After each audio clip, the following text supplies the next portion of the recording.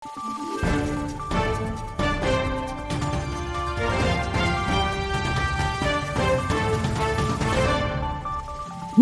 araw, Pilipinas! Ito ang Valiente News hatid sa inyo ng Office of the Vice President.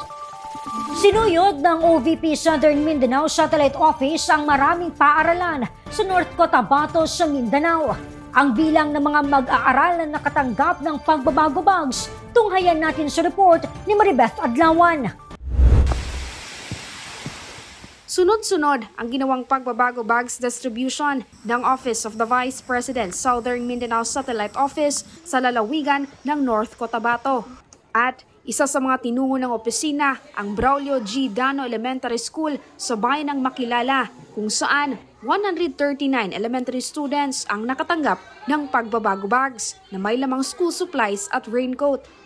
Dahil sa iniwang danyos ng mga nakaraang lindol sa dalawang classroom na ito at barangay hall, pansamantalang nagsasagawa ng klase ang naturang paaralan. Tuwang-tuwa naman ng mga mag-aaral sa natanggap na pagbabago bags. Sunod na tumulak ang OVP SMSO sa bayan ng Tulunan. Dahil nasa tuktok na ng bundok, tumulong na ang mga residente upang mahatid ang mga pagbabago bags sa Tulunan Elementary School sa North Cotabato. 208 na mga mag-aaral ang nahandugan ng pagbabago bags. Abot hanggang tenga naman ang ngiti ng mga mag-aaral sa natanggap na bags at mga school supplies mula sa OVP.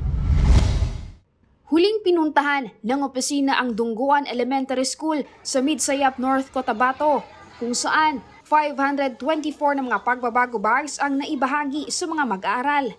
Agad naman na ginamit ng mga mag-aaral ang kanilang bagong raincoat. Sa datos mula sa Office of the Vice President, Southern Mindanao Satellite Office, umabot na sa 800 pagbabago bags ang ipinamahagi ng opisina sa mga kindergarten at elementary students mula sa 3 paaralan sa North Cotabato.